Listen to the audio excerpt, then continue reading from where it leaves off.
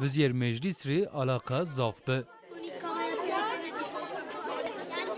Ankara o şaristonun binon ra talebeyi kıfle o meclis o meclisti gerayı. Ani kıfleyon ra yevzi bingol romu be. Çarşı Poncaz talebe pey destek veziri averi çerçeve projeye sodes kaymakamiye gençti o meybe Ankara.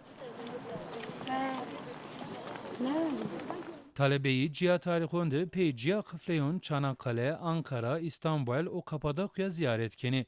Hem proje genç kaymakamlığı tarafından verazıyor, SODES tarafından finanse bon. Proje gençlerle daha güzel. Bingöl gençler vereceğim, Muhammed İstanbul'u ma geri.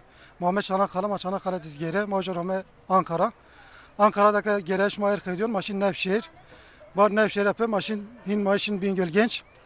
Hem proje kaymakam veraş, Allah kaymakamla razif. Teşekkür sunmuşken. Ziyarete meclis talebeyon vekili Bingöl AK Parti Enver Fehmioğlu şivvera talebeyon. Fehmioğlu talebeyondir be alakadar o meclisti çarna. Vekili Bingöl AK Parti Enver Fehmioğlu va maano ziyaret ra zaf memnun mendi. Mavazeni ve kıjma o rocavan ve yobinon beşnasni. Ve in gezi zaf eğitim için zaf önemli gezi. Tabii inşallah batırız memleket talebe şini oja. Tabii ite gerek ama yobinu beşnas. Ne batıyor ne doğu insu ma gerek yobinu beşnas. Tabii in gezi zaf konit ben vesile ki hole. En azından yobinu şınasnin. Ve dolayısıyla eniz yo parça eğitim yo. Tabii uygulamalı yo eğitim. Tabii inşallah oluyor netice don. Talebeyon zi peyana ziyaret zaf bibişa.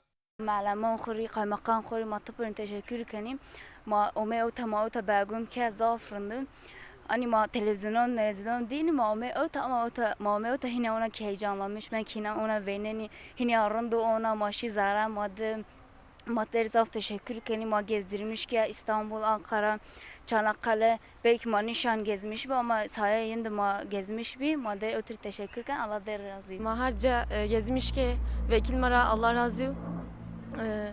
Mahami tadma gezdirmiş ki maşı meclis mayakaşin Anıtkabir Allah ile razı.